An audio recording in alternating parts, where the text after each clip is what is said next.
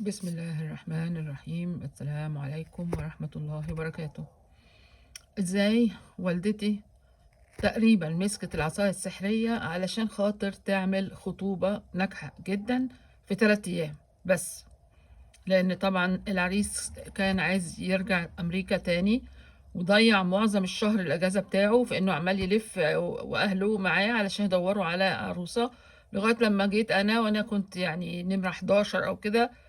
بالنسبة لي هو كان نمرة 13، بس أنا ما شفتش حد من اللي اترفضوا دول، أبقى أقول قصتهم ومغامراتي معاهم بعدين. الفستان معجزة من عند ربنا بقى الصراحة.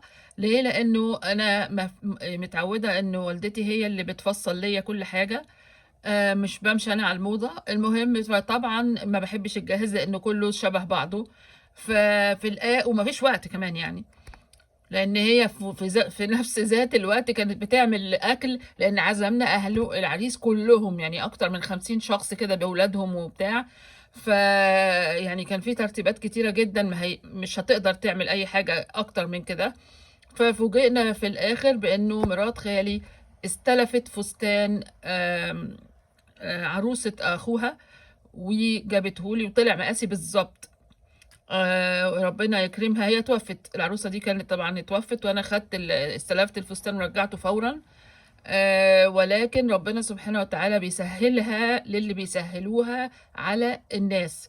كان ممكن اطلب حاجات كتيرة بفلوس كتيرة، ولكن الحمد لله